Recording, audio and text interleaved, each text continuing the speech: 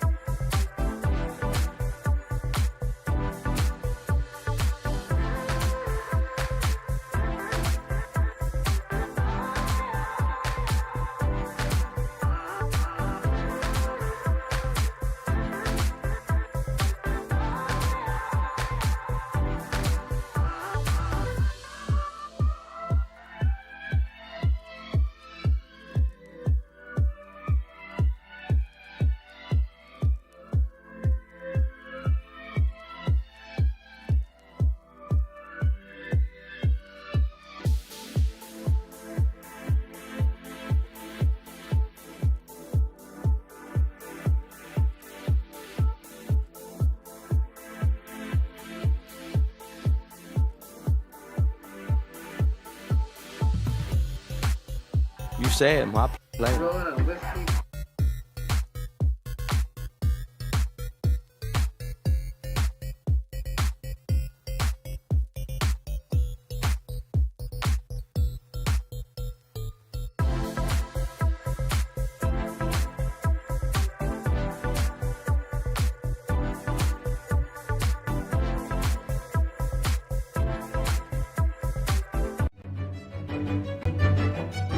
Welcome to J is for Justice podcast.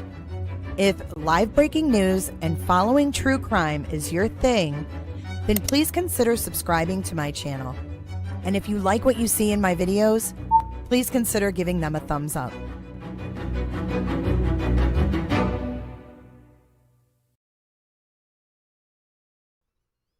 Good morning, everybody. Welcome in to J is for Justice. My name is Jay. I am your host. Welcome in. Make sure you hit the like button and make sure you're on live chat. Okay? Somebody brought up Kash Patel's bourbon to me. One scotch and one beer. Oh my God. We're going to get right into it, guys. Kash Patel's personalized bourbon stash. The FBI director has left an unusual calling card. This is from The Atlantic. One of J. Edgar Hoover's greatest reforms at the FBI was the embrace of fingerprinting. During the 1930s, visitors to the FBI office received souvenir fingerprint cards in his name. The men who succeeded him as the FBI director were more discreet and studious, mindful of cult of personality that had developed around Hoover. They generally avoided giving out branded swag. But then came Kash Patel. President Trump's FBI director has a great deal of affection for swag. Merchandise for sale on a website he co-founded, still operating nearly 15 months into his term, includes beanies, $35, orange camo hoodies, $65, trucker caps, $25, government gangster playing cards on sale for $10, and a fight with Kash Punisher scarf, $25. One thing not for sale is liquor, because liquor is something that Patel gives away for free. It's free, guys. It's free. Last month, I reported that FBI personnel were alarmed by what they said was erratic behavior and excessive drinking by Patel. The FBI director has denied the allegations, filing a defamation suit against The Atlantic and me. After my story appeared, I heard from people in Patel's orbit and people he has met at public functions who told me it's not unusual for him to travel with a supply of personalized bourbon. The bottles bear the imprint of the Kentucky distillery Woodford Reserve and are engraved with the words Kash Patel, FBI Director, as well as rendering an FBI shield. Surrounding the shield is a band of text featuring Patel's director title and his favorite spelling of his first name, Kash, with a $sign. Are you kidding me? An eagle holds the shield in its talons, along with the number 9, presumably a reference to Patel's place in the history of FBI directors. In some cases, the 750 milliliter bottles bear Patel's signature with number 9 as well. One such bottle popped up on an online auction shortly after my story appeared. The Atlantic later purchased it. The person who sold it to us did not want to be named, but said it was a gift from Patel at an event in Las Vegas. The Poodle Room. The Poodle Room. We went over this in another live. Dude, come on. Kash's signature number 9 appears on the bottle obtained by the Atlantic. He's signing them.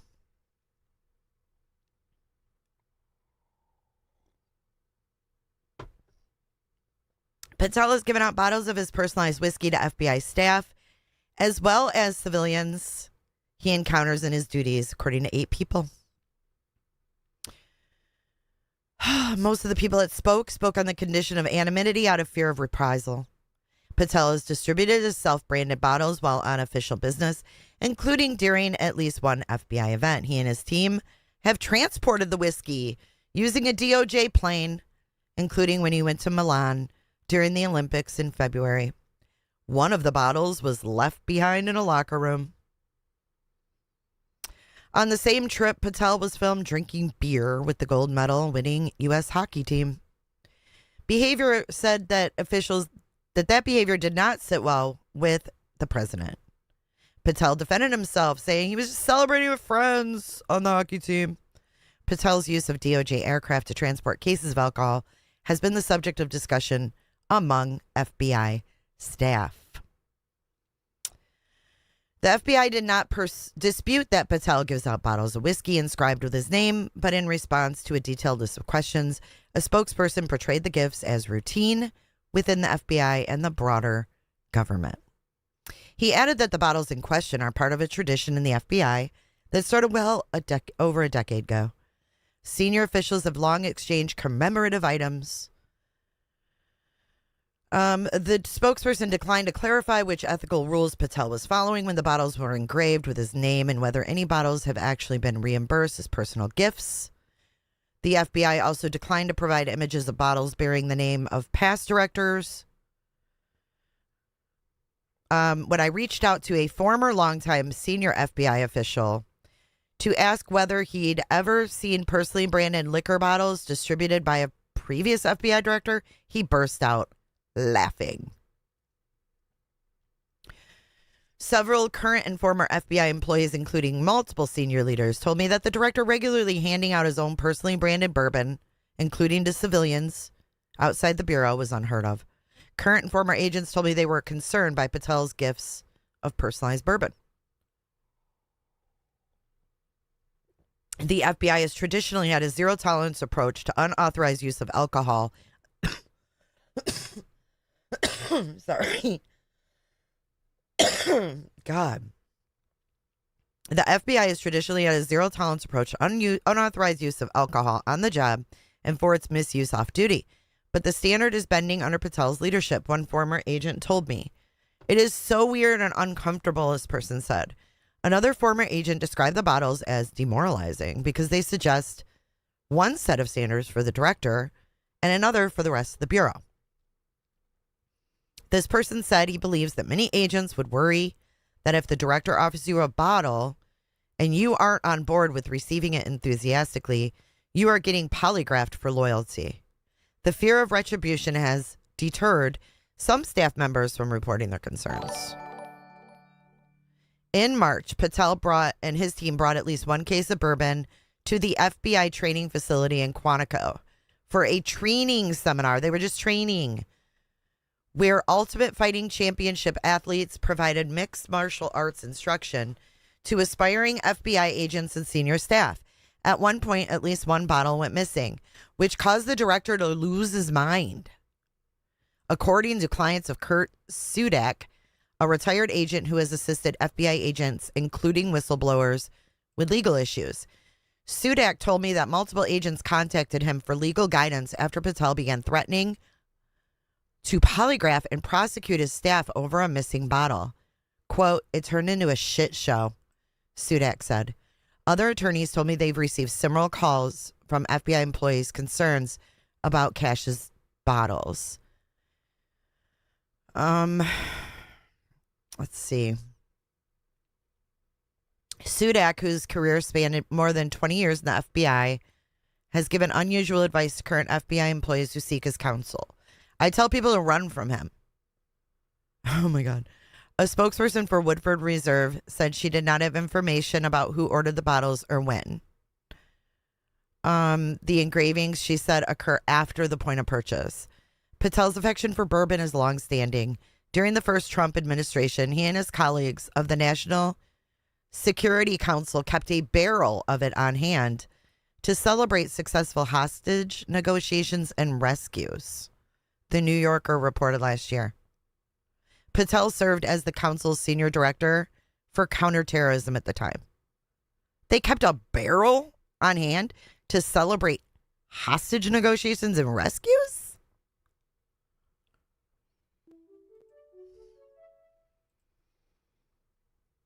Patel's enthusiasm for self-branded merchandise is also well documented. He is known for being very merch forward. Even before he was confirmed as the director, Patel sent out cash with a $sign branded merch boxes that included hats, socks, and other items depicting the comic book character Punisher. One person who received a box told me. As my colleague Elena reported in 2024, before Patel became director, he previously sold Justice for All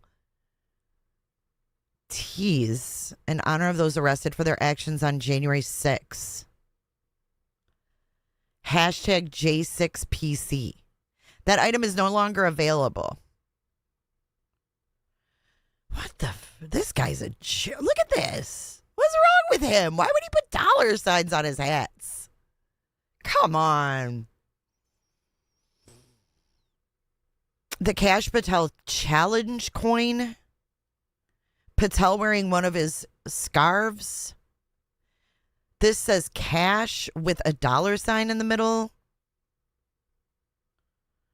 His beanie. The shoes with number 9. And it says cash with a $sign. Oh my God. This is crazy. This is not a cash bashing session. This is a truth session. This is all the truth. This is happening. Zach, can you take me over to the liquor store and then take me to the Nazis? Jeez. In a wrongful termination lawsuit filed in December, former assistant in charge Stephen Jensen described an interaction in Patel's conference room in which the director presented him with an abnormally large challenge coin, a memento often given out by leaders in law enforcement and military. The coin was inscribed Director at the top and cash with the $sign Patel at the bottom. Oh my God. Jensen then noticed a collection of whiskey bottles and cigars on his desk. Patel explained that he used to produce his own brand of cigars, but they're not in production anymore. Okay. A month before Jensen's firing, Patel's merchandise caused an international diplomatic incident. In July, Patel gave 3D printed replica revolvers to 2 New Zealand cabinet members, as well as multiple members of the country's police and intelligence services. The New Zealand security officials had to destroy the items because they were illegal under local law. Oh my God. George Hill, a former FBI supervisory intelligence analyst, told me Patel's conduct represented a fundamental misunderstanding of the Bureau's history and the culture of quiet professionalism that he had observed working under previous FBI directors. Quote, handing out bottles of liquor at the premier law enforcement agency makes me frightened for the country. Standards apply to everything and everyone, especially the boss. So that's the basics. It's obviously the rest is behind a paywall, but what the hell? Welcome in, guys. Good morning. I hope you guys are having a great Friday morning. All I can think of is the singer Kesha with the dollar sign. I know. It's cheesy. It's cheesy. He's cheesy.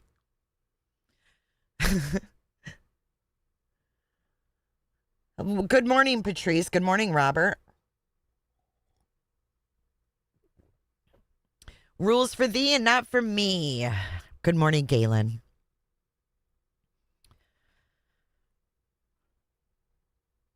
Well, hey, Lawnmower, what's happening? Good morning, stay humble. Okay, Angie B, thank you for 48 months of membership. She said, I got you a gift for Nash's space in the garden. It's from all of us mods arriving Monday. There is a pic of it in Jammer's group. Thank you, Angie B. I made a post this morning on both channels. Our friend and moderator passed away yesterday, Nash native. So if you guys could go to my community and just, leave a nice message or whatever. I posted some pictures of her, and we're going to put up a little space in my garden for Nash. Thank you, Angie. Thank you, thank you. Let's see what else came in. We've got Teresa with 3 months. Happy Friday, everyone, with nanos and handcuffs. And Marcy says, unboxing for $1.99. Galen, I want to thank you. I got that yesterday. Thank you so much. Hello, Matthew. Heaven sent. What rules did he break? I don't think they're supposed to be drinking on the job, like alcohol. Thank you, Angie. Yeah, it sucks. But anyways, if you guys could hit the like button, I don't want to get all sad. It's too much, man. I can't stop thinking about it. So all right, you guys. So after, and I'm sorry if I'm a little out of it today. It's just I'm a little discombobulated. But what are we doing next? What are we doing next? Okay, so we're gonna get into, and somebody commented today. This is what's funny, is that these people that don't like me on here, they think that if I don't cover something like immediately when it happens, that somehow like I'm stupid or I'm behind. Okay. The thing is, I cover things when I have time. Okay. I'm running 2 channels. I don't care about being first with information on Kash and all this shit. Like this, that's not what I'm about. Okay. So they put this comment and they're like, you're 3 days late, laughing face, laughing face. And it's like, so people are so weird. And they put laughing face like, ha ha ha, you're 3 days late. Ugh. Weird. Okay. Right, Marcy. I love you too, Patrice. You saw it. LOL. Here's Starchild, who loves Kash. Podcasters calling others grifters when they are gifting off a possible deceased woman and her family, but yeah, Kash is the problem. I think you mean grifting off. But how am I grifting off of a possibly deceased woman? Can you tell me? Starchild? Thank you, Flo. Whether it's a rule or not, it's pretty fucking tacky considering the president doesn't even drink. Thank you, Flo. I agree. I will, Marcy Dolan, and you too. She said, there I gifted.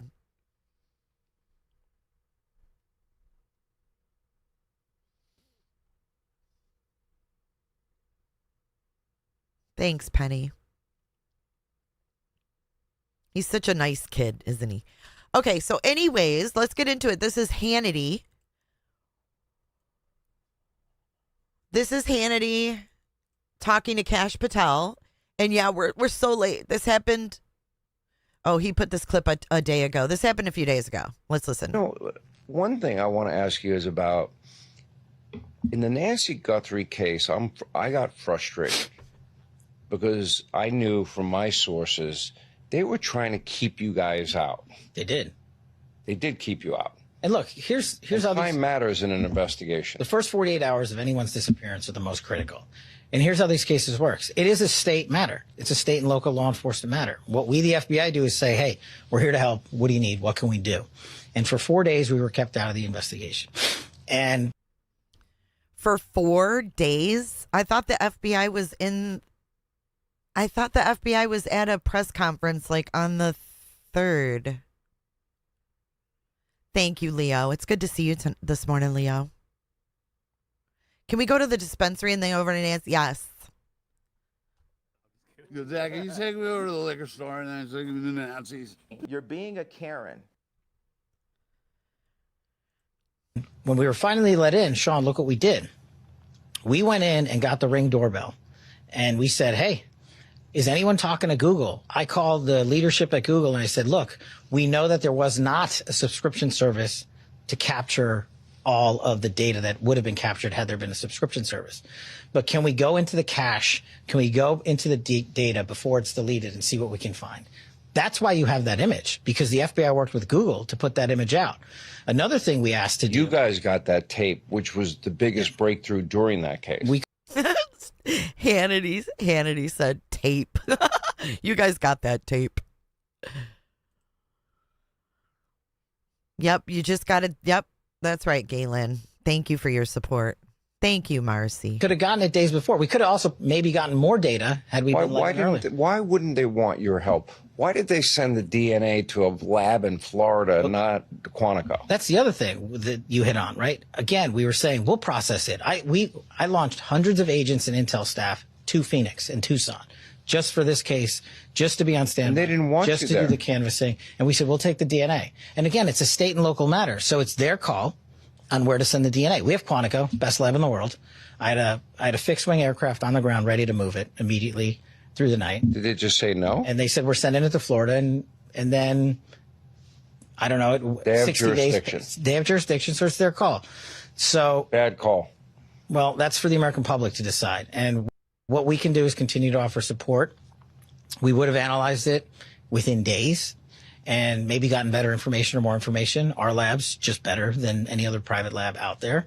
And we didn't get a chance to do that. So I understand everybody's frustrations on that. No, I'm not frustrated with you. I'm frustrated that they, if I was a sheriff and the FBI was willing to help me and time is of the essence, I'd want all the help I can get.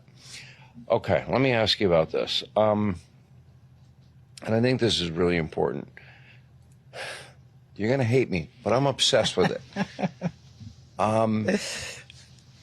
So I really, look, the JFK files, some have been released, but not all of them. If you go back and watch any documentary of the doctors that took care of JFK at Parkland Hospital, they all said the entrance room was here. Okay, that's pretty much it about, I don't know why they're going into JFK in this. Yeah, I think that's the only important thing from there. I see that, Marcy. I'll read it after. Elaine says both those guys are liars.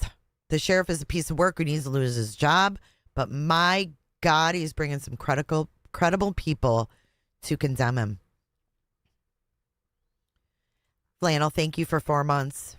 These people don't care about us. So sick of it. I agree. And he's like, well, that's up to the American people. Well, the American people just want Nancy found, right? We don't give a fuck about your baby fits going back and forth. Dude, I don't know. Does he have Kash Patel bourbon up here? I wonder. Wonder if he brought him a bottle. It's just weird. The way things have gone is just weird to me. Look over here and over there, not over here. Well, I think Galen, and I hate to say this, he's a boomer, and the JFK thing, like, really probably fucked him up.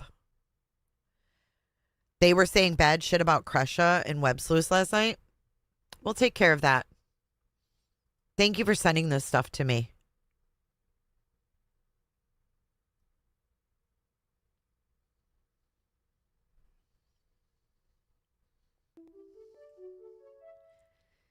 Stay humble. Thank you for 3 months. She says they are in it for their own agenda. For sure.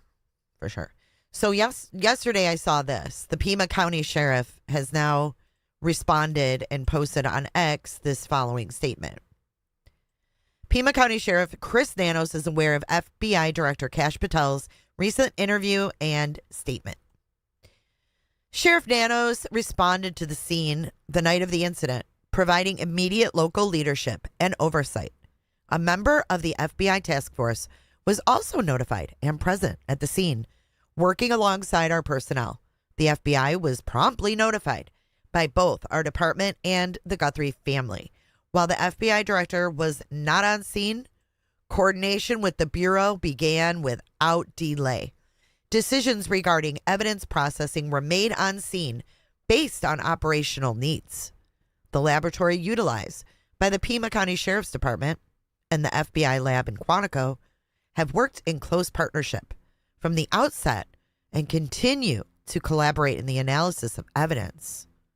We remain committed to a thorough, coordinated, and fact-based investigation, and will continue working closely with our federal partners as the process moves forward.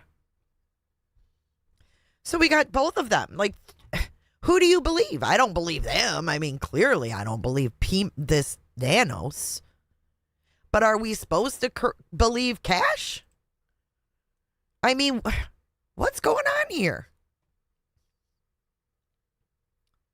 These people are supposed to be our leaders. They're supposed to be keeping us in the know. Hey, Brandywine. Hey, Melissa. Hey, Lobsters.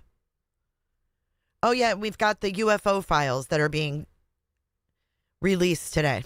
Have you seen the site? Oh, my God. I couldn't even get it to load. All right, so the next thing I'm going to show you is a quick clip of Elizabeth Smart. And this is 3 months into the Nancy Guthrie disappearance. Elizabeth Smart thinks she's alive. Listen to this. She was on CNN. With Nancy Guthrie and being missing. And you know, when you were missing, and the reason everyone knows your face, everyone wondered. And then it was, well, it's been months. And maybe the worst has happened. Oops. And you came back. And here you are. There's new surveillance footage. There's, you know, everyone's wondering what could possibly have happened with Nancy Guthrie.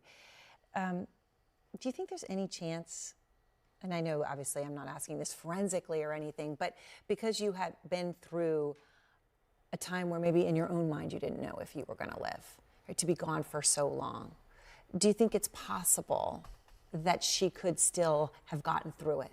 Absolutely. Absolutely. She could absolutely still be alive. I mean, There's there Momo. are cases that span many more years than mine does, and they came back alive. I mean, and we're talking years and years. Yeah. So she absolutely could still be alive. There, I mean, of course, there is the alternative, but until we know, we have to keep looking until she deserves, either way, to be brought home. Wait, what? Sherry 8870. Kash lied. Start telling the truth, Jay. Stop spreading rumors. What are you talking about, Sherry? Are you okay? I know it's Friday and all, but are you all right? What do you mean spreading rumors? Okay, whatever you say, Sherry. Shari. Okay, so yeah, that takes care of that stuff. Now this is Brian Entin. He spoke with Cross. Again, Aaron Cross, Sergeant Aaron Cross. And I want to play some of this for you guys. This is Brian Entin from yesterday. I don't know. It's like, what the fuck? Why are you going so hard for people in the U.S. government? They don't care about you. They really don't. I hate to say it. Like I played his own freaking words. Zach, can you take me over to the liquor store and then take me to the Nazis? Don't be nasty sometimes. To send the evidence to the Sheriff's Office private lab in Florida. So I've been doing a lot of work behind the scenes trying to sort out some of these claims. I am going to get to in a second an interview with Sergeant Aaron Cross, who is a current sergeant with the Pima County Sheriff's Office. He's also the president of the union. And it's interesting, you'll hear from him. I've also been talking to other sources within the department who are not fans of the sheriff, by the way, but who are saying that everything that Kash Patel said is also not entirely true, and that the truth. See? What do you mean? He just said it. That this guy's saying. Listen. Within the department who are not fans of the sheriff, by the way, but who are saying that everything that Kash Patel said is also not entirely true, and that the truth is somewhere in the middle between what the sheriff is saying and what Kash Patel is saying. And again, you're going to hear Sergeant Cross explain that in a second. And you also hear Sergeant Cross explain what the situation was like that first week after Nancy Guthrie went missing, and he actually called it, I normally don't curse on my show, but this is what he said, he called it a shit show, and that they weren't so much purposely keeping things from the FBI, but communication. He actually called it, I normally don't curse on my show, but this is what he said, he called it a shit show. He called it a shit show. And that they weren't so much purposely keeping things from the FBI, but communication was such a disaster even within the department that they weren't even communicating with each other. So I'll get to that in a second. Something else first I want to play for you, though, is there's new sound, a new interview with Acting Attorney General Todd Blanche. So he's obviously over the Department of Justice. My News Nation colleague, Ali Bradley, had a chance to sit down with him and asked him about the Nancy Guthrie investigation. And I found this to be particularly interesting because his tone and what he said was very, very different from what FBI Director Kash Patel said. He took a much more even tone, didn't really call out the sheriff's office, and basically said that they are trying to work together. So listen to what Todd Blanche said. Now, another thing that we've been really substantially covering is the Nancy Guthrie case. Obviously, the DOJ is involved, the FBI right now coming out with some new information and kind of having some issues with the Pima County Sheriff. So how is the DOJ resolving the apparent breakdown in coordination between the FBI and the Pima County Sheriff's Department regarding the handling of the critical DNA evidence there? We have worked closely, the FBI has worked closely since the day that this happened with the local law enforcement. And so who's lying? I mean, people come in here and bash me. Why are you Kash? This guy right here. The Attorney General is saying they were there from the fucking beginning. Kash is saying they weren't. Who do you believe? Who do you believe? We should not be triangulated by this. This is fucking stupid. There's been reports of friction. I've seen those reports. We are here to help. And the FBI, President Trump authorized and directed us to do everything that we can to help that investigation. This is at its heart a local investigation because of the nature of this type of potential crime. But the FBI remains exactly where we've been, which is we're ready, willing, and able to help as much as we can. We don't like interagency squabbles. Nobody likes that. That doesn't help the investigation. But we are in a complete cooperative mode. You know what it doesn't help? It doesn't help the public having faith in you. Okay? Find me Kash Guthrie. I didn't come to fucking dance, okay? I came to party.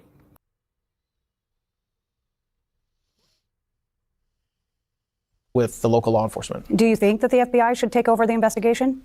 Well, I don't think or not think that. I think that any investigation like this should be done by a coordinated approach, right? There's tools that the local law enforcement has that the FBI doesn't have. There's tools that the FBI has that local law enforcement doesn't have. So in any investigation like this, it's not somebody taking over or taking a back seat. It's working together to solve the crime. So again, I just found that interesting because it's so different from what Kash Patel said when he was on Sean Hannity's podcast. Yeah, it's completely different. I want to find where's Kash Guthrie? And, you know, Kash Patel is the head of the FBI. Todd Blanche is the acting attorney general, both extremely high-level federal law enforcement positions. And Todd Blanche wasn't going where Kash Patel went in terms of trying to call out the local law enforcement in Pima County. So just kind of interesting. And again, you're going to hear Sergeant Aaron Cross sort of explain how the truth here may lie somewhere in the middle. So I want to get to my interview now. Sergeant Aaron Cross, again, he is the union president, Pima County Sheriff's Office, also an active sergeant right now. Aaron, it's nice to see you. Thank you for joining me. I appreciate it. I know you're a busy man. I wanted to get your reaction to Kash Patel's comments, essentially saying that the FBI was kept out of the investigation for the first 4 days. And then I never knew this until he said it, that there was apparently a plane on standby to take the DNA to Quantico. What did you make of it? Yeah, I heard that as well, and so I made some calls and just asking around, trying to get answers as to why they thought that.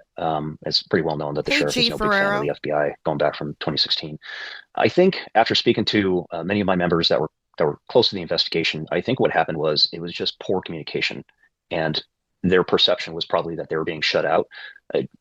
Granted, I have no reason to defend the sheriff. I just want to put that out there. So I'm just calling balls and strikes. But what I gathered was that the investigation in the weeks that followed was described to me as being a disorganized mess. The command staff was completely running the investigation. There wasn't a lot of tracking. For example, some of the detectives were told to drop everything. Oh my God. We just got 20 memberships from Galen. Holy cow. If you received a membership from Galen just now and you're in chat, make sure you give her a huge thank you. And welcome to the Truth Seekers, guys. Oh my God, she said let's start the weekend with some new members. You are so amazing. Thank you, Galen, for your support. It is greatly appreciated. I know, she came in hot. She's like, it's Friday. We need some new members. Coming in hot, just like the fajita. Noise. Hi, Fafafuki. Daff, you're green. Hey, TLC. Thank you again, Galen. That's so nice of you. And go speak to witnesses or someone who may have known something, and they'd get out there only to find out that the person had already been spoken to 4 or 5 times. There was just no tracking. And so there was a lack of communication, not only, it sounds like, from agency to agency, but from unit to unit. You know, I'm to the point where... And you guys might hate me for saying this, but I'm to the point where I'm sick of hearing all these law enforcement officials talk about the Nancy Guthrie case, because now it's messy as fuck, right? Like, this guy hates Nanos. He's got an agenda. Everybody's got an agenda now. We got too many agendas in the case of a missing woman. Do you know what I mean? Like, we've heard how fucked up everything was. We know it was fucked up. Okay? But the thing is Nanos going to get removed or not? Because he could get removed within the next 3 days. Hey, Shortcake.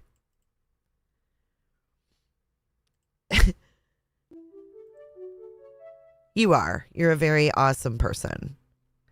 Very giving person. But I'm just kind of sick of hearing about it. Yeah, Sparky. Everyone's out to make themselves look good first and foremost. Like, that's just how it feels. From this guy, and I don't mind these guys, but like this guy and then the other guy, the retired SWAT, and you got him doing interviews all the time. It's just like, then you got Kash now talking about it. Now you got Nanos saying, oh, Kash did this. Then you got the other attorney general guy, and it's just like, fuck. Can you men put your fucking egos aside for one moment and look for this missing woman, or figure out where the fuck she is? Figure out who the fuck the porch guy is. I don't give a shit about their little fucking squabbles and what happened here and there was a plane here and it wasn't used there. Fuck that shit. Who cares? I'm sick of hearing about it. Like, I'm straight sick of hearing about it. Oh, and Heather got this and Heather got treated like that. I don't care about that. I want to know where Nancy is and what they're doing to help find Nancy. Instead of sitting on podcasts going, well, this is what we did. We were shut out. I don't give a fuck if you were shut out or not. Go find the woman. Go find the missing woman. Right? Go find the missing woman, Nancy Guthrie. I just can't. I'm just so tired of it, you guys. This is me.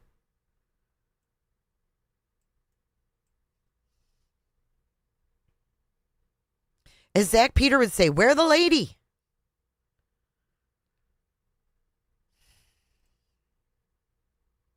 And then you had Savannah leave, like every move she makes. If she leaves the Today Show early, oh my God, Savannah left early, da-da-da. And then the next morning, oh, Savannah's back after leaving early yesterday.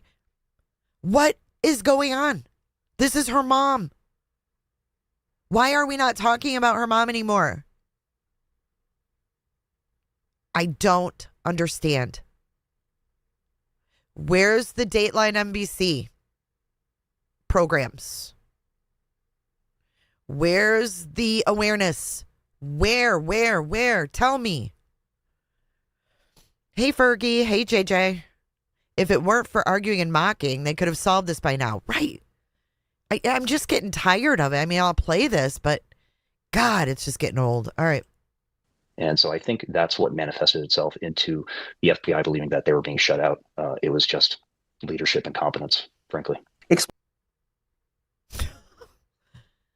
They don't want us talking? Explain, because you're saying you don't believe that the FBI was totally boxed out, but you also believe that the sheriff has an ego and didn't really want the FBI involved. Like, explain what you mean. Yeah. The ego prevents the FBI from taking over lead.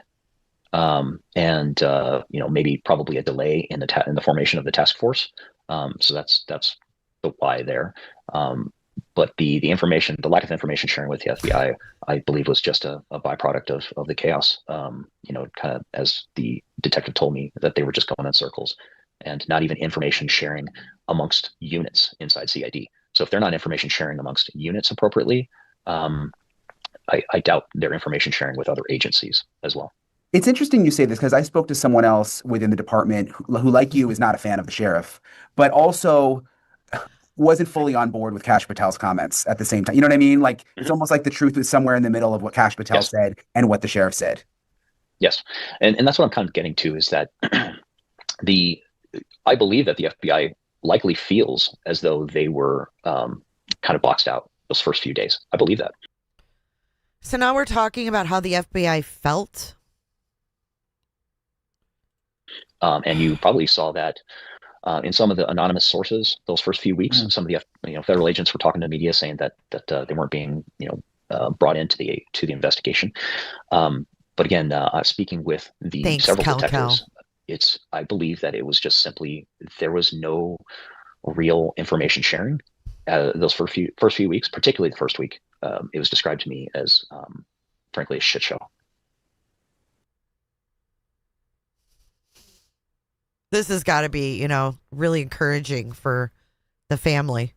Those are the words they used. So, I mean, if our own detectives aren't speaking to each other about which witnesses they've already spoken to, what chance is there for agencies that aren't even located inside the same floor in the administration building? So I think they probably knew that the sheriff didn't like the FBI and believed that the lack of information they were getting was because of that. See, this sheriff didn't like the FBI. To me, this sounds like kindergarten. Okay? This sounds like kindergarten. Because you know what? Quite frankly, when these people are employed in law enforcement, and smoke them if you got them. When these people are employed in law enforcement and we rely on them to protect and to serve, and we hear, well, the sheriff doesn't like the FBI. It sounds so fucking immature. Grow up. Like, grow up.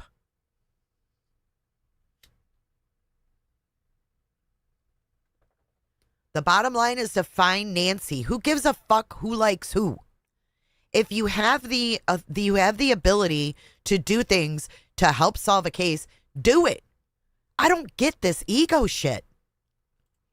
In reality, it's just through leadership and competence. Yeah, when you say lack of communication, I was just thinking back, and I don't know if you remember this. I interviewed a neighbor who talked about a family member of hers who the FBI came to talk to her, and then she didn't think it was a real FBI agent. And then the sheriff's office came into this whole investigation into like a fake law enforcement agent interviewing her about the Nancy Guthrie case. They like did fingerprinting in her house. Come to find out, it was a real FBI agent. But I remember just thinking, like, how is everybody not on the same page here? Where you have the sheriff's office investigating a possible fake police officer, but it actually was a real FBI agent, which I guess kind of goes back to, and that was in the early days. So that must have been during that. Yeah, and that was weird too. Remember the fake FBI officers that went to that lady's house? And all they had was like a little FBI embroidered on the neck of their thing. And the one guy didn't talk. And the one girl wanted to just see the lady's garage. That's very weird. Right. This lady's out there somewhere. That time when it was just, there was no good communication happening. Yeah, it's a huge waste of bandwidth as well, having us investigate that instead of focusing on the investigation, of course. And it's just credit to just poor organization, not a good steady hand at the wheel. One of the detectives I spoke to described it as though they were just going in circles. And the units that were in charge of investigating it didn't have the agency to do what they felt needed to be done. They were simply getting, it sounded like to me, just getting orders from command staff. Wait, okay, well, he needs to be more specific, okay? Because he says the ones in charge of investigating didn't have the agency to do what they felt they needed to be done. So what did they think needed to be done that they weren't able to do? Listen. The units that were in charge of investigating it didn't have the agency to do what they felt needed to be done. They were simply getting, it sounded like to me, just getting orders from command staff and little side quests to go do instead of just hunkering down and figuring out what they need to do, what they had, what were the next best steps. What are you hearing from the deputies now? I mean, obviously, this is now, it's been a national story, but it's now back in the national spotlight. Kash Patel saying what he said. I mean, what's sort of the word amongst the deputies? It's outside of the task force. It's really business as usual. There's not a lot to say. There haven't, to our knowledge, been any real breaks in the case, which is unfortunate. So there really hasn't been much discussion. There's been no real. Hey guys, thanks so much for checking out my show. I really, really appreciate. Sorry. I mean, what's sort of the word amongst the deputies? It's outside of the task force. It's really business as usual. There's not a lot to say. There haven't, to our knowledge, been any real breaks in the case, which is unfortunate. So there really hasn't been much discussion. I don't think he would know anything about the case, okay? Because the task force is the FBI, right? With a couple detectives from Pima. I do. I think he's stirring the pot. I do. I think he has an agenda. There's been no real buzz inside the department about anything. So and perhaps some of that is because the task force is keeping a tight lid on it. Maybe it's hard to say. When Sheriff Nanos said that in his statement response to Patel, he said that there was a member of the task force that was part of this since the very beginning. Yeah, I mean, everything he's saying is hearsay. Aw, be careful, Brandywine. What does he mean? I mean, what does he mean by that? Is that actually a detective and not an FBI agent? Yeah, I saw Michael Ruiz posted something about that. He did some digging, and I believe what that may have been was we have detectives that are tasked out to federal agencies. Yeah. And oftentimes they're there to help write state warrants on some of their cases. And I think maybe it was one of them, one of their task force guys that were out on scene and kind of maybe relaying information. But and I also asked about the DNA for your earlier question about the plane and ready to take off. From what I understand, by the time that the FBI was really partnering with us in earnest a few days later, the DNA that was located inside the home had already been shipped off to the labs. And so while there were other things located afterwards, famously the gloves, and those could have been shipped out to Quantico. From what I understand, the things located from the home were already on their way to Florida. Yeah, and to be fair here, most of the DNA experts who I've talked to, and I was just, CeCe Moore's a really good one. She actually just texted me. Some of these private labs do have the same capabilities, if not better capabilities, than Quantico. So I don't know for sure that sending it. I agree with Illuminated Mind as well. Let me read Illuminated Mind. Family needs to come out and speak. Not Savannah, Annie and Tommaso, because they were the last to see Nancy and were on scene after she was missing. I agree. It to Quantico really would have made a difference. Yeah, I've consistently heard the same thing from people that I trust, that these labs are extremely I've heard from people I trust. Capable and sometimes have some cutting edge technology that Quantico doesn't have yet. I can't speak to that. That's just what I've been told. Okay, so he's saying that some of these private labs have technology that Quantico doesn't have. I'm not sure I believe that.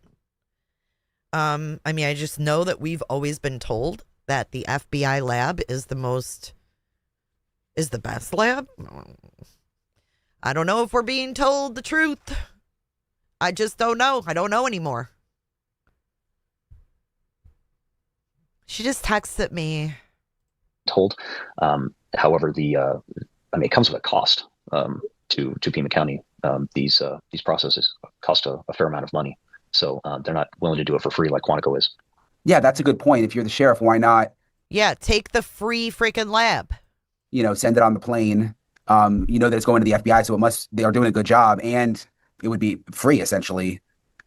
You think that just goes back to him having a beef with the FBI? Was that a dog? Was that a dog? You think that just goes back to him having a beef with the FBI? I think so. You go back to the 2016 videotape of the sheriff discussing the FBI. You can see the contempt on his face. I think he refers, I'm paraphrasing, but something to the contempt on his face? Effect of how we're the real policemen or we have real detectives. So you can tell the dismissive tone in his voice. So I believe he still harbors some of that resentment and perhaps some of that played here. But again, to be fair, it sounds like the DNA was already on its way to the lab.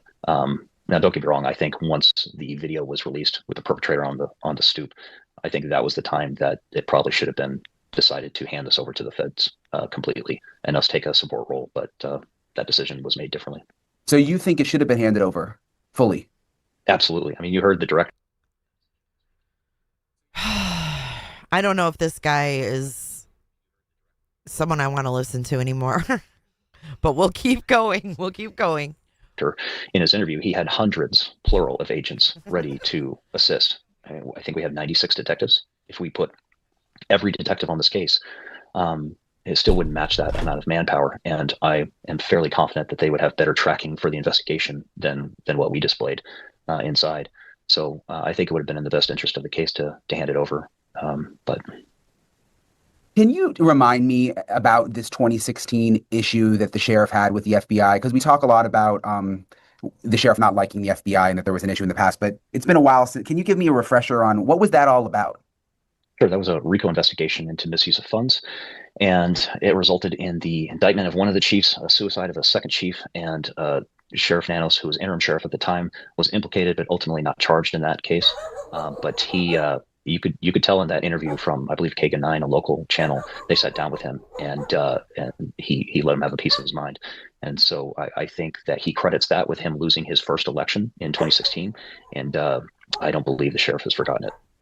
And you think that connects back to him not cooperating early on with, not bringing the FBI in fully with Guthrie? In my opinion, the opinion of nearly everyone I speak to, absolutely. Interesting. How does the jurisdiction work? Because a lot of people, you mentioned that you think that he should have handed it over to the FBI, but the FBI apparently can't just take it over on their own, right? Like, how do these things typically work? Correct. Until there's a federal crime, they take a support role. So we could ask them to take over. And if we did that, it sounds like they'd be more than willing to do that. But unless we have information that Nancy was taken across state lines or some sort of federal nexus, the FBI are essentially helpless to come in and take over. So it's ultimately right now up to the sheriff. Do you think the sheriff would ever voluntarily hand it over now? Say, look, it's been 3 months. Let's I know they're already involved, but let's let them take full control. No. Never. And why is that? Well, as we spoke to in our first conversation, if you remember, I described that there's the sheriff's ego is difficult to describe, the size of it. And so I think that he would never relinquish this to the FBI, not without massive public pressure. Isn't there already public pressure, or is that just how it feels on the? I mean, you're in town. Is that just how it feels on the outside, or? I don't know what level that would need to reach to overcome the sheriff's ego, but I haven't seen anything that would match it at this point. Do you still have faith that this will be solved? I think so. Eventually, that's just the question is how long will it take? Are we talking months? Are we talking years? I feel bad for the investigators. They were put in a big hole. They got to the scene late. The family had already been on scene for a few hours, and moving things, trampling things, whatever, when people are going through looking for their mother. And then you had patrol assets, search assets on the grounds. And so when you're talking about a case where the perpetrator is pretty careful and doesn't leave a lot of things behind, that means you need to preserve what you have even more. But again, it's hard to blame the searchers because the family was pretty insistent that this was a walkaway as well. And so they were doing what they were trying to do and searching, looking for what you need to preserve what you have even more. But again, it's hard to blame the search. Welcome in, everybody. If you're just joining, hit the like button and come on in. Because the family was pretty insistent that this was a walkaway as well. And so they were doing what they were trying to do and searching, looking for Nancy. And I believe it got to the point where once they didn't find her in the area. Thank you, Hawkeye. Good to see you. Okay, so he's saying the family was insistent that she walked away. Now, we heard from Savannah in the beginning, and she did say that they thought it was a walkaway. Good morning, Nicole B. Because the doors were propped open. Or wait, they thought it was a medical thing. That's right. They thought it was a medical thing and that EMS came. And they're like, she can't walk away. But I think Annie and Tommaso might have said she did. That's what I'm thinking happened. Right, but Annie and Tommaso might have said something else.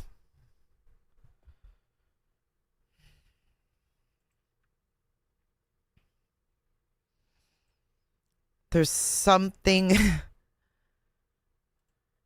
So now the family is directing the early steps of LE. What the fuck? They thought EMS propped the door open. Hey, Ryan. Good to see you. Saw in the video from. Whoops. Sorry. But again, it's hard to blame the searchers because the family was pretty insistent that this was a walkaway as well. And so they were doing what they were trying to do and searching, looking for Nancy.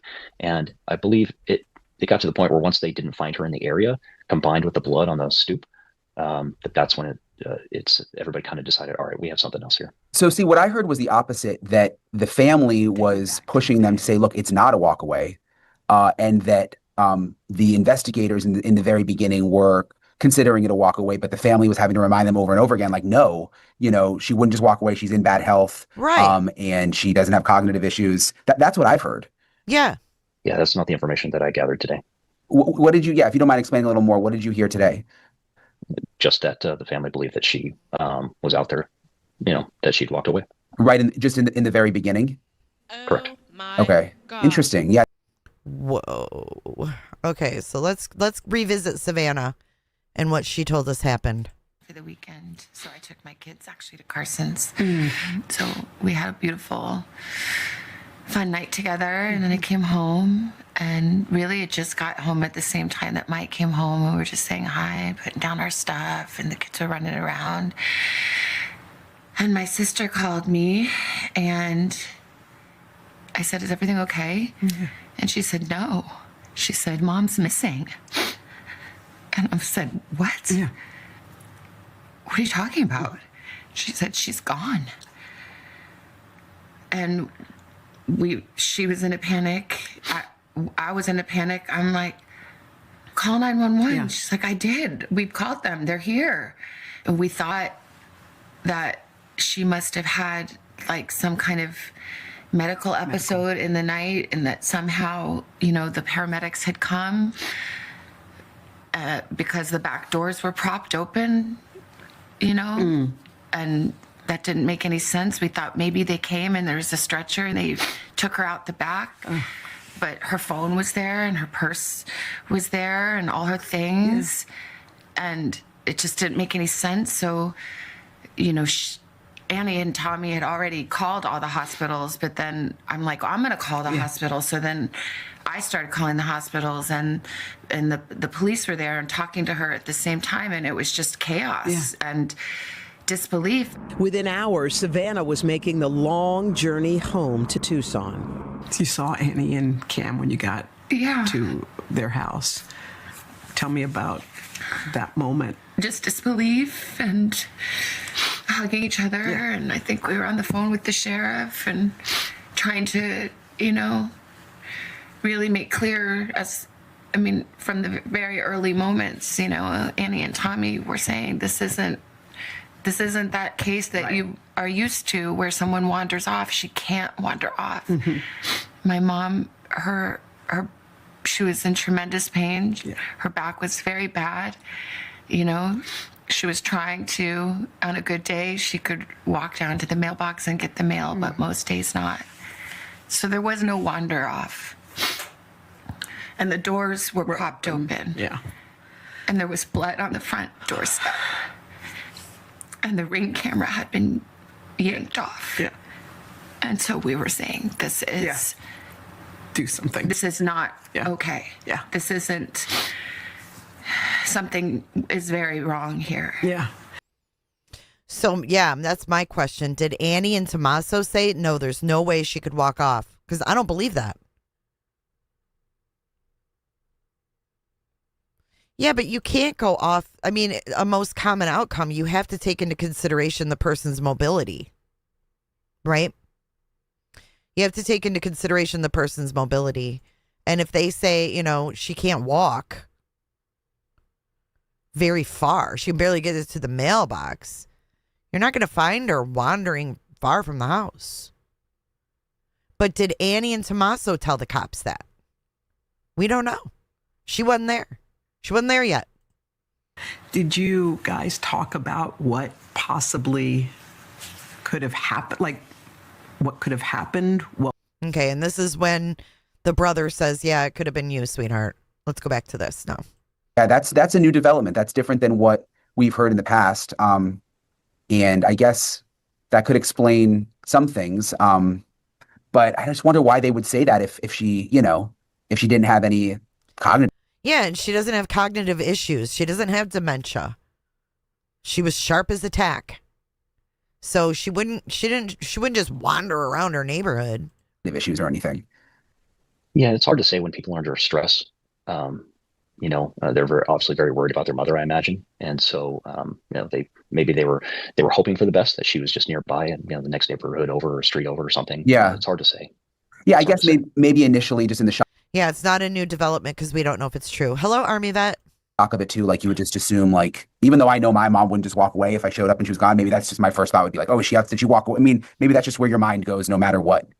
Yeah. You hope for the best, fear the worst, probably type of a situation. So, and I mean, it would be very neglectful to not at least search the area. I mean, who would show up to a scene like that and immediately jump to, okay, Nancy's been kidnapped, so let's start working this as a kidnap. It would be absurd to jump to that conclusion. You work with what's most likely first, and what's most likely 99 times out of 100, if not greater, is that she's in the area, and we just need to go find her. Maybe fell down in the desert area. Let's get meds over to her and get her back to her family. What do you think about the fact? I mean, should there be search? There was never really widespread searches, from what I saw. I mean, maybe a little bit in the beginning. We saw a helicopter. We saw the dogs out for like a couple of days. But do you think there should have been a larger search? That's really hard for me to say. I mean, I was on scene. We didn't have information that she was. Wait, you haven't had a hard time saying anything else, so why can't you answer that? He answers everything else he doesn't know about. Very ambulatory. So, but again, I've worked cases where I've received the same information that there's a sole person who can barely walk, and we found them 6 hours later, 12 miles away. So it's really hard to say. You can always look back. Hindsight's 2020, and I'm not sure, and I can't speak to the extent of the search. I know that they finally got the plane up after a few hours, and so that makes me feel better about it. That plane is fantastic, and in that area, they probably would have been able to see her if she was in the area. From what I'm hearing from my sources, it's been that, there's no suspects and there's still really, they're going through tips still, and it's not a cold case, but there's not like a working theory of what happened. Is that the same thing you're hearing? I get that sense. As I've said before, I purposely stay away from the task force. I don't want to risk slipping information that they have, to get them in trouble or myself. So, but we all kind of have this. Who's to even say the task force would give you info, dude? He's like, I'm staying away from the task force. So that tells me he's not getting inside scoop from the task force. Right? I get that sense. As I've said before, I purposely stay away from the task force. I don't want to risk slipping information that they have, to get them in trouble or myself. So, but we all kind of have this sense that, we're waiting for a break and hoping for a break. Maybe one of the tips pans out, or, That's pretty much where we all are. We find something, God forbid we find your body. At this point, that would obviously, galvanize the case. But at this point, everybody kind of has the sense that we're not really moving he's a cop. very much right now. Where do things stand with the sheriff in terms of, we heard about the recall effort. We've heard there's the Board of Supervisors has been asking questions. And where do things stand on that front in terms of, people want to boot him out essentially? Yeah, the recall, the desire to have him removed inside Pima County is certainly there. It's the logistics, as I've said elsewhere, the logistics of the recall make it nigh impossible. For example, every sheet of signatures can only take 10 signatures, handwritten signatures, and then the back of each sheet needs to be individually notarized. So you're talking 130,000 signatures to be safe. Wow. Each signature page takes 10 signatures. Do the math of how many notarizations you need. So that's it's going on, unknown how well they're doing. But the Board of Supervisors is a different issue entirely, though. What's the status there? From what I understand, and I've been told recently, so he submitted his response to the board as they are required under the state statute. Originally, the response was not notarized as required, sworn to, excuse me, as required. From what I understand, he has subsequently.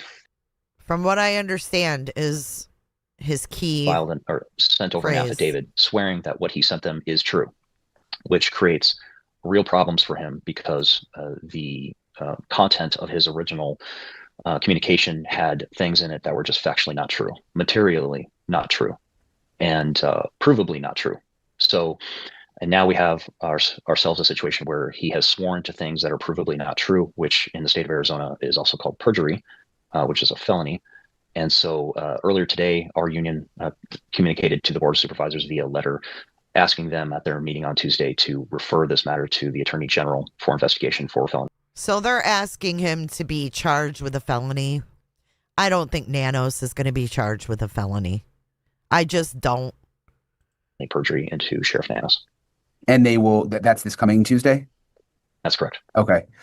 I mean, how awkward of a situation is it for you guys? I mean, now you've got the deputies union asking the Board of Supervisors to refer something to the Attorney General saying that essentially your boss committed a felony, yet you're still working for the guy. I mean, what is that like?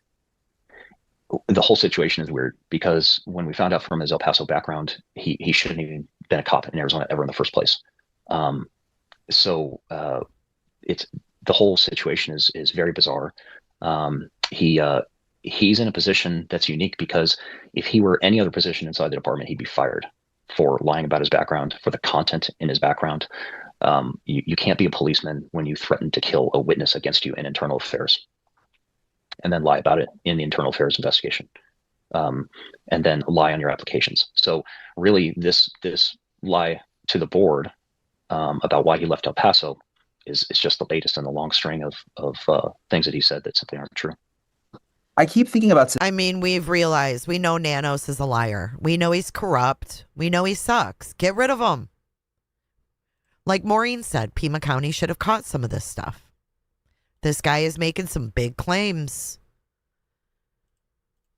Savannah Guthrie and like the situation she's in, because obviously she's heartbroken about her mom. And you want this to be a good investigation and you know, an effective investigation. And she hasn't spoken out about the sheriff or law enforcement, because I'm just wondering, if I'm her, you're probably thinking that doesn't do any good. It's just a distraction. Yeah.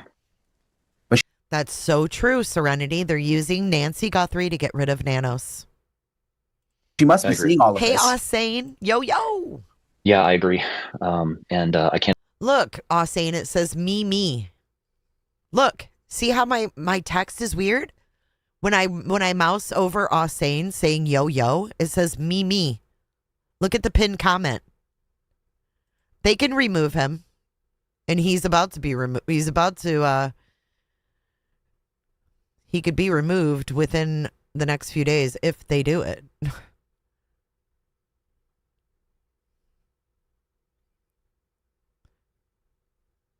It says, but fellow supervisor Jen Allen previously noted that removing Nanos from office would be a stretch. That's what they said. But he's like, oh, we're recommending charges, felonies. Hey, Paul. Can't imagine it instills a lot of faith in her. That this was handled appropriately. I think if there's some solace to it, it's now in the hands of a joint task force. That would make, if I were... Look at Jen Fisher's comment. Instead of Osane, it says Osana. But when I mouse over it, it says Osane. If I say me, will it say yo? Nope. But hers says Asana. So you are now Asana. Asana in the house. Were in her position, that would make me feel better that the task force has taken it over.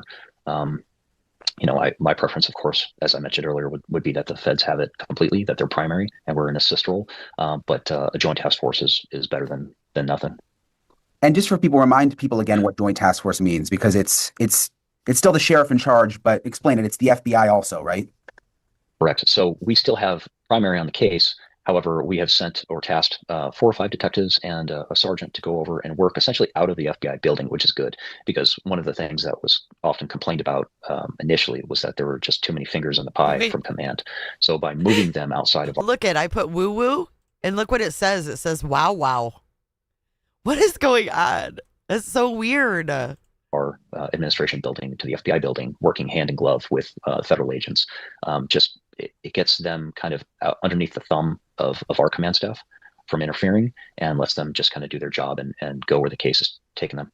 Are they still on the Guthrie case full time? Yes. Okay. So you've got a number of people, this is all they do. Correct. Yeah. Okay. Well, that, if I were Savannah, I mean, that would make me feel better too. I mean, it's not like, it's not just part of the other detectives' everyday work. They're, you've got a team just dedicated to this. Yeah. How long do you think that can go on? He says, if I was Savannah, that would make me feel better. Savannah has the biggest bullhorn in the world. The biggest one. Why does shite? Shite? It comes up as shite. Just some words are weird. I don't know if there's any hard timeline about it. I think they're going to stay on the task force until the case is declared cold, if and when that happens. Bigger than BHB, yes, much bigger. That would be, the amount of tips that we got.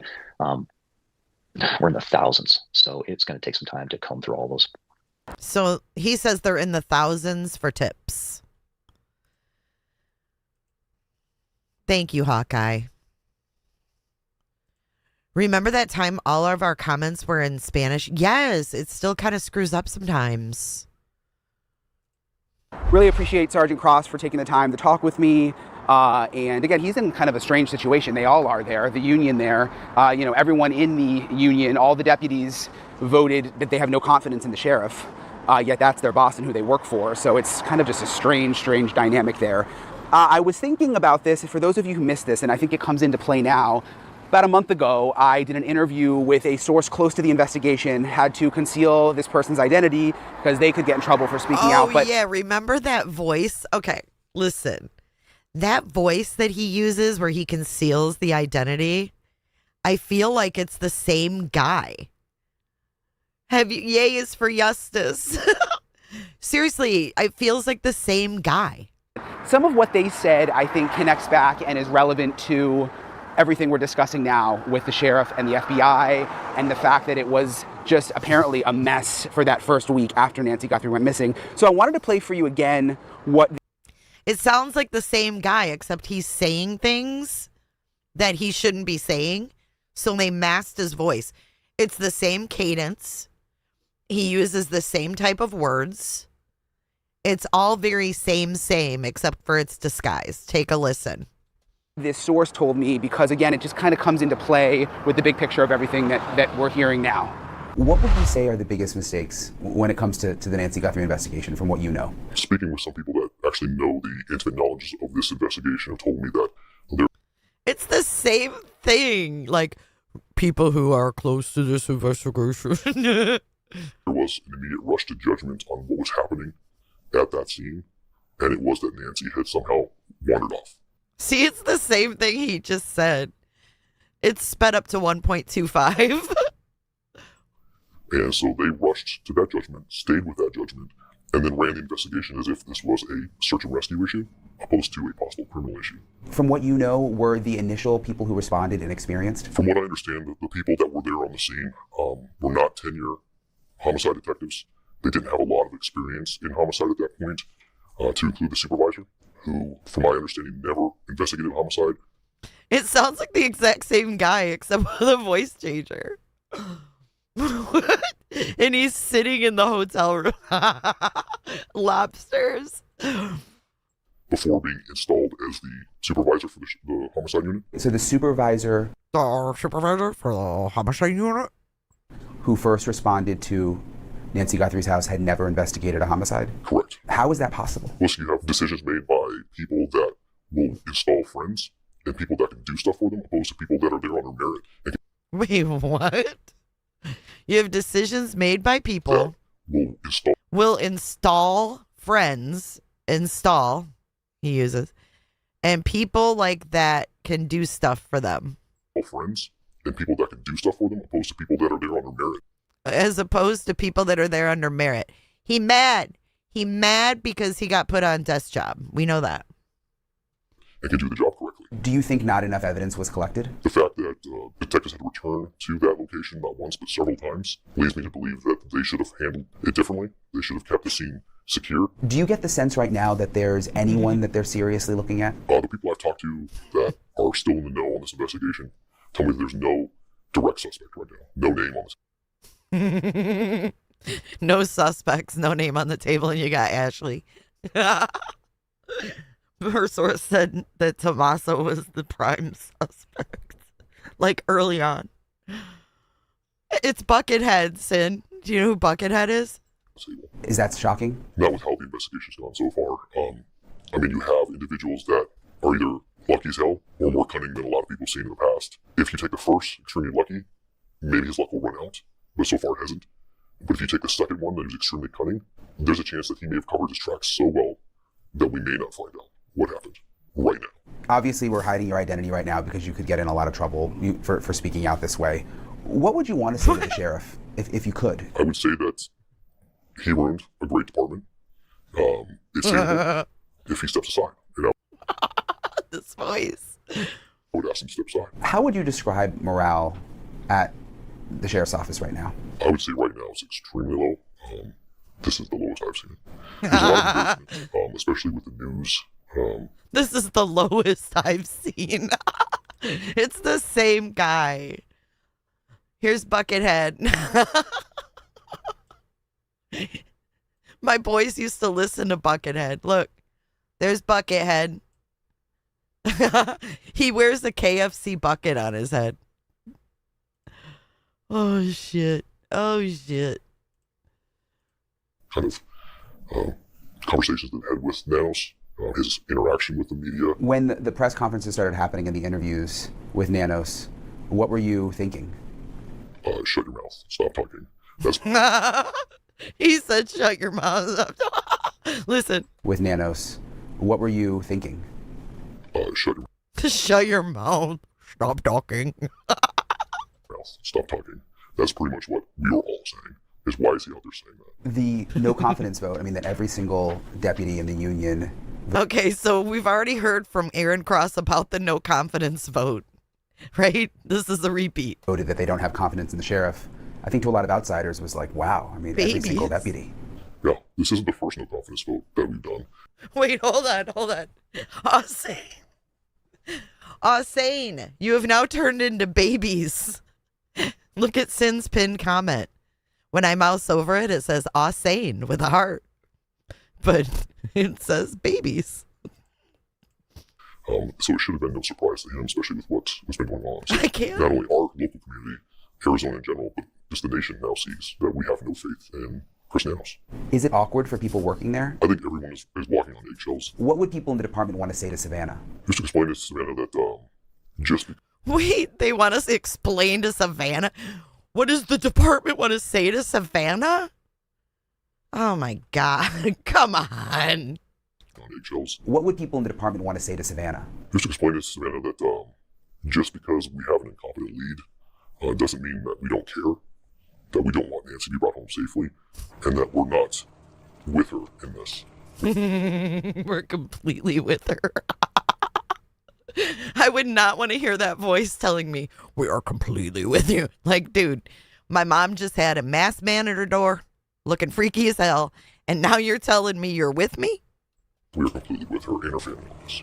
So at the end of the day, you just hope that these issues with the investigation did not impact things long term when it comes to finding Nancy Guthrie, when it comes to there being some kind of resolution with this case. I'm obviously going to stay on it. I've been talking to people every day, but in terms of a real update when it comes to, is there a suspect? Are there any real strong leads?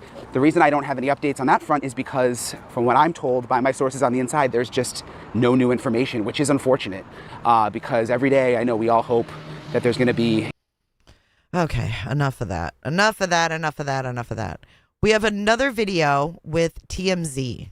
Have you guys seen this? The video from the front doorbell camera, Have you guys seen this? This is yesterday. This is when he's doing his rounds. Source Cross. The mastermind of this whole thing may not be what these profilers call the puppet master. That person may have just been sort of an underling. The music. That person in the video could be dead. Hey guys, it's Jackson. I don't like this guy. He's really boring. Does he have Brian Entin on? Yeah, he does. Okay, let's see what they say. I mean, you have had so much boots on the ground experience. You know, you've been all around Tucson. You've spoken to investigators that are actually involved with the case. You've spoken to people that knew Nancy Guthrie personally. You've spoken to a variety of experts. What's it been like covering a nationwide case such as this one? Yeah, I mean, it's been kind of a wild 3 months. I got to Tucson the day after Nancy Guthrie disappeared, so February 2nd. Oh, I don't want to hear about his journey. I'm sorry. I'm not trying to be mean, but I already know what he did because I watched it all. So real quick, I want to show you guys about the FBO. I was going to say FBI files. UFO files. Let's see what this news report from Fox News says. I'm curious. I haven't seen it yet.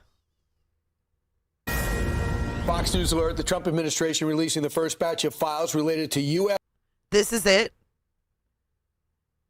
That looks like a freaking jellyfish floating in the air. UFOs and alien life. So is the truth really out there? Senior White House correspondent Peter Ducey joins us live with the details. Put on your tinfoil hats. Good morning. So a White House official left this hard drive on my desk overnight. You can see on it, it says AARO files copy 203. That is the all domain resolution office copy 203.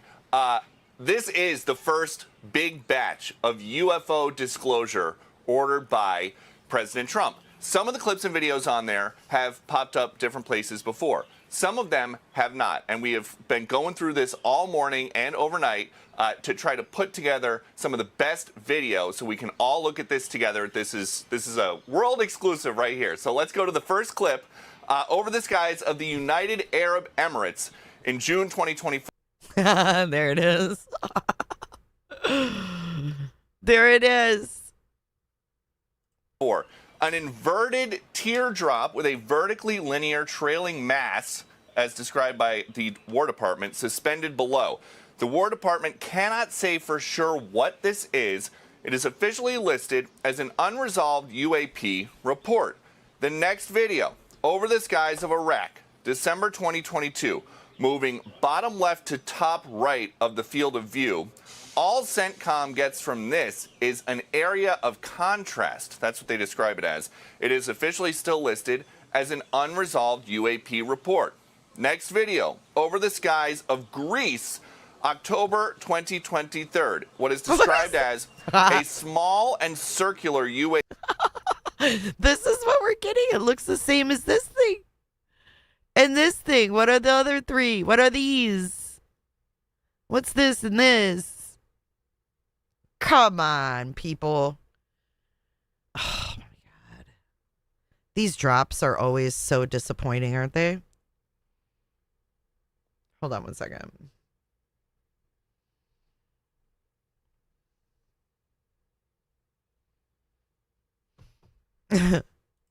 UAP flying near the surface of the ocean towards land. CENTCOM can't tell us what it is. It is officially listed as an unresolved UAP report. Within the last 2 minutes, all of these videos have gone live on war.gov/UFO, and a White House official tells Fox First, while past administrations sought to discredit or dissuade the American people, President Trump is focused on providing maximum transparency to the public, who can ultimately make up their own minds about the information contained in these files. And there's also a fresh look at some historical records. There's this from Apollo 17 included in this big document dump. One of the astronauts says, we've got a few very bright particles or fragments or something that go drifting by as we maneuver. The control center says, Roger, understood. Another astronaut says, there's a whole bunch of big ones on my window down there, just bright. It looks like the 4th of July out of Ron's window.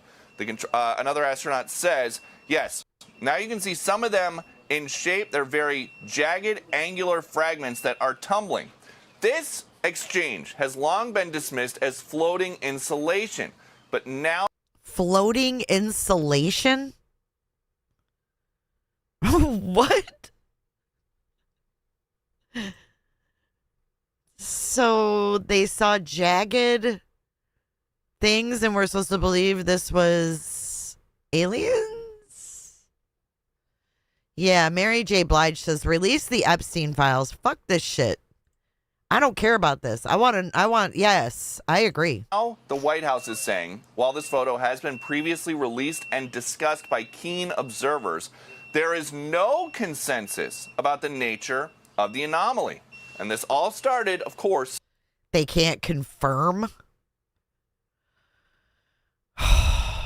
My God. Because we asked the president about it in February. Barack Obama said that aliens are real. Have you seen any evidence of non-human visitors to Earth? Well, he gave classified information. He's not supposed to be doing that. You know, so aliens are real. Well, I don't know if they're real or not. I can tell you he gave classified information. He's not supposed to be doing that. Well, he made a big mistake. He took it out of classified information. No, I don't have an opinion on it. So the government is trying to answer the question, do aliens exist? And the answer is, they don't know, but in an effort of transparency, they are giving us all of the material that they are working with as they try to answer that question. All right. Back to you.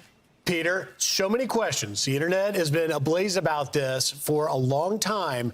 And one of the things that the unidentified anomalous phenomena people want to know is what the government has collected from belief that these things crashed. There was crash retrieval and that we have some sort of evidence. Is there anything in this batch of released files that would answer that question?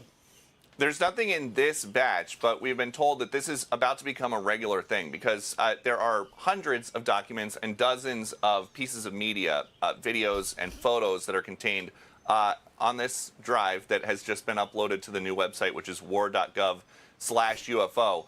There is nothing like that in this batch. But they are going through and they are working to declassify whatever they can because President Trump told them to. And this is different than when he ordered the Kennedy files to be unclassified and just put everything out all at once. So it's a bunch of dots. Cool. Cool. How about you give us pictures of Area 51? How about that? How about you show us exactly what's been going on there for 50 years? How about that? That'd be good. Hey, whistle down. It was millions of pages, a huge file. This is going to come out bit by bit as they work through. And you look, we've got some stuff from Apollo 17. We've got some stuff from a couple months ago. There's a ton of material. That looks like a helicopter. What is this supposed to be? But they want us to know that they are trying to figure this out. They just don't have an answer about whether or not, about what these crafts are. Peter, what do you think? You're a betting person. Do you think these aliens are friendly? Should we approach them? What do you suggest if we see them? Should we approach them? You hope that they're friendly. I see a lot of people here at the White House, and I think that looks like it might be an alien. And everybody is pretty nice. Okay. Thank you so much. We'll see where they go. People are fascinated with this. Sean just did a podcast about this, the investigation of Bob Lazar, who talks about S4, and so many people are watching it. It's fascinating. But does this pose a national security risk? Thank you, our Marcy. adversaries, because the concern is revealing military capabilities to our adversaries like China and to Russia. Oh, Jesus. This is not a security risk. Look at it. How is this a security risk? How is this blue blob going to put... Thank you, Marcy, and thank you, Kels. But look at what this is doing. Look, Patrice says yes. Okay, that one turned out fine.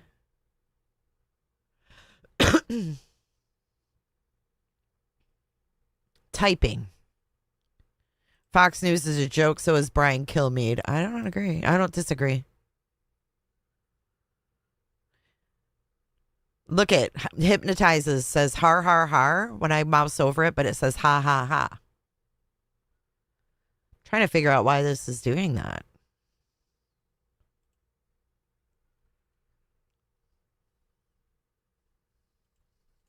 Well, that's exactly it. We don't know what these things are, but so as a reporter. So this thing is a UFO right here? The fuck are we looking at? Looks like the Looney Tunes screen, but blue. Did they just change the color of the Looney Tunes? That's what this shit looks like.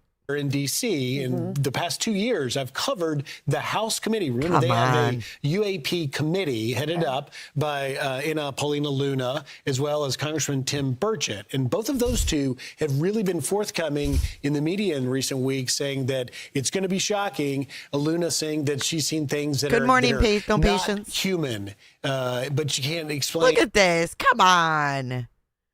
That she's seen things that are not human. She's seen things that are not human. Look at this thing.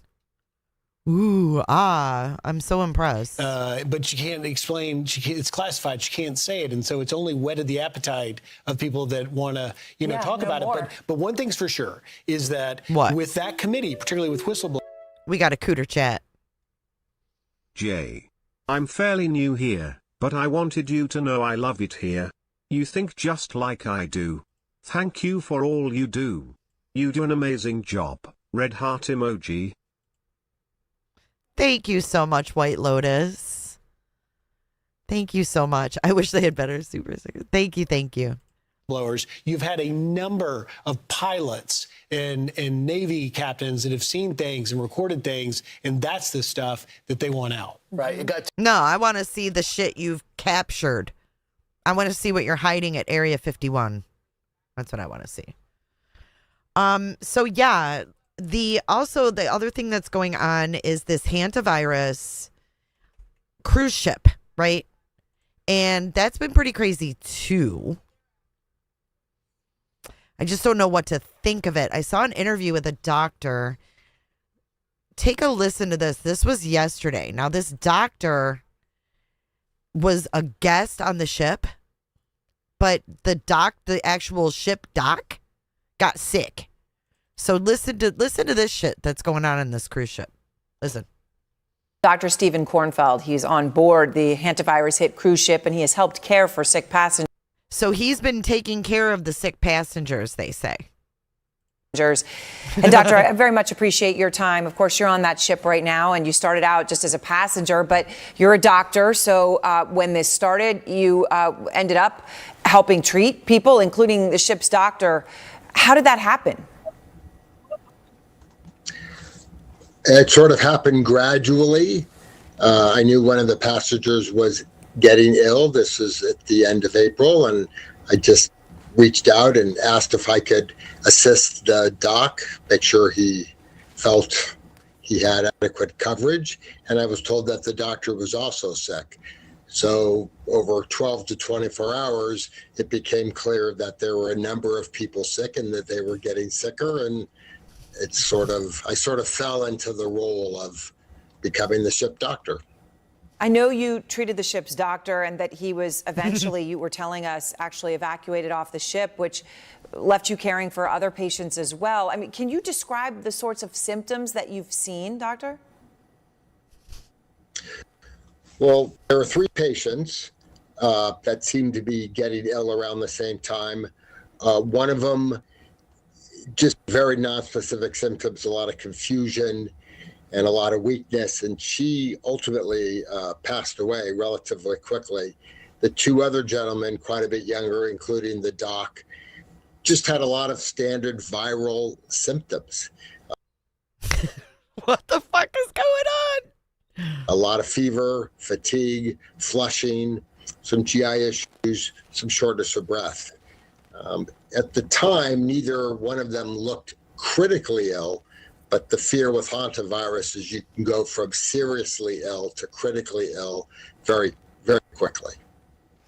You know, a woman yesterday who had survived hantavirus was telling us exactly that, doctor. She had sort of flu-like symptoms. Suddenly in her case, it was a cough as her lungs filled, and she ends up in a medically induced coma on life support. How concerned are you about the potential for things to escalate and for those patients, even now that some of them have been evacuated? Well, when they're on the ship, I'm very concerned because the ability to treat somebody in that critical state here on this boat is non-existent. But now that they've been evacuated, they're in Denmark. I mean, they're getting magnificent care. Even if such an event happened, So they're in Denmark getting care. Would get supported. And I think what happens with hantavirus, ultimate survivability is really dependent on your ability to get critical care at the. Look, Robot is stolen. It changed her name to Stolen. I don't know. Right time. And on the boat, that would not be possible. But now that they're in, home in standard hospitals, that's entirely possible. So my concern level for them is now low, which is very relieving. I can only imagine, especially as you cared for them. And what is your feeling right now? I mean, you and everyone else on board, you're stuck there, essentially quarantined. And I know you don't know when you'll necessarily be able to get off, but also with the long incubation period of this virus. And even in your case, doctor, of course, just to be blunt, you were treating people who had it. How concerned are you about getting sick?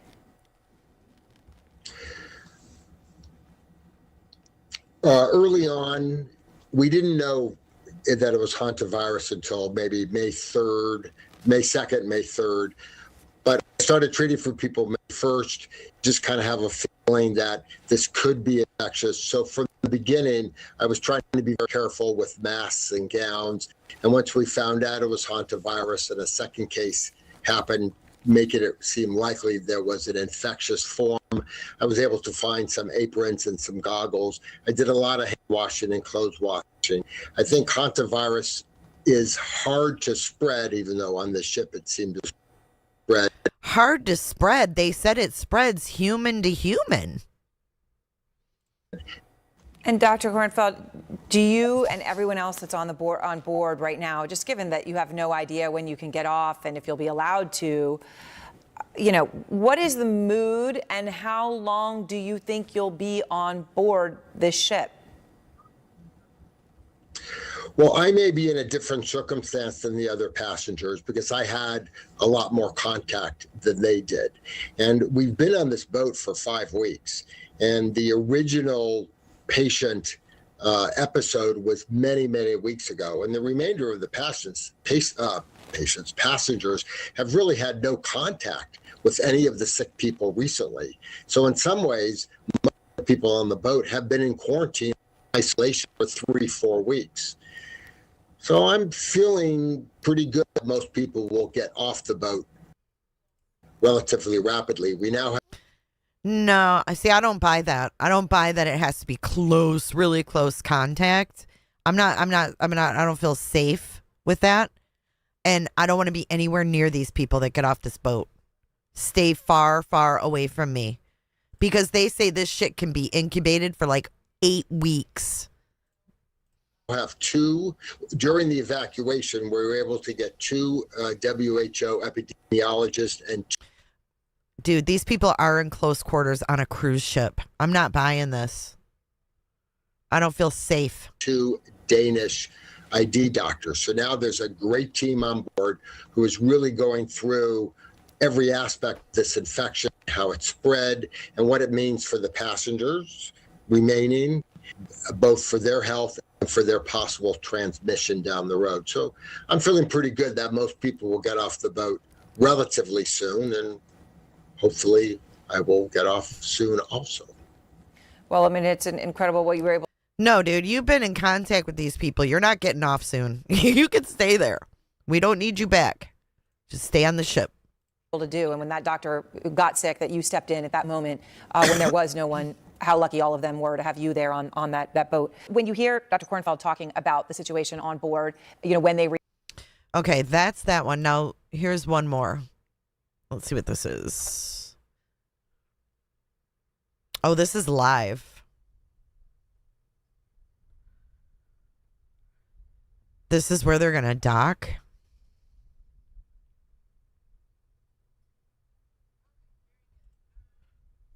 I don't know what the hell that is. It's really scary, you guys.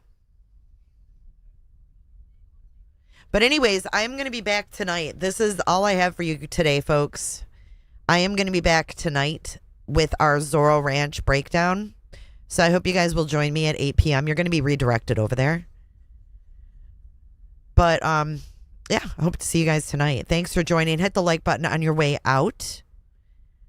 And remember, they don't care about us, y'all. Happy Friday. See you tonight.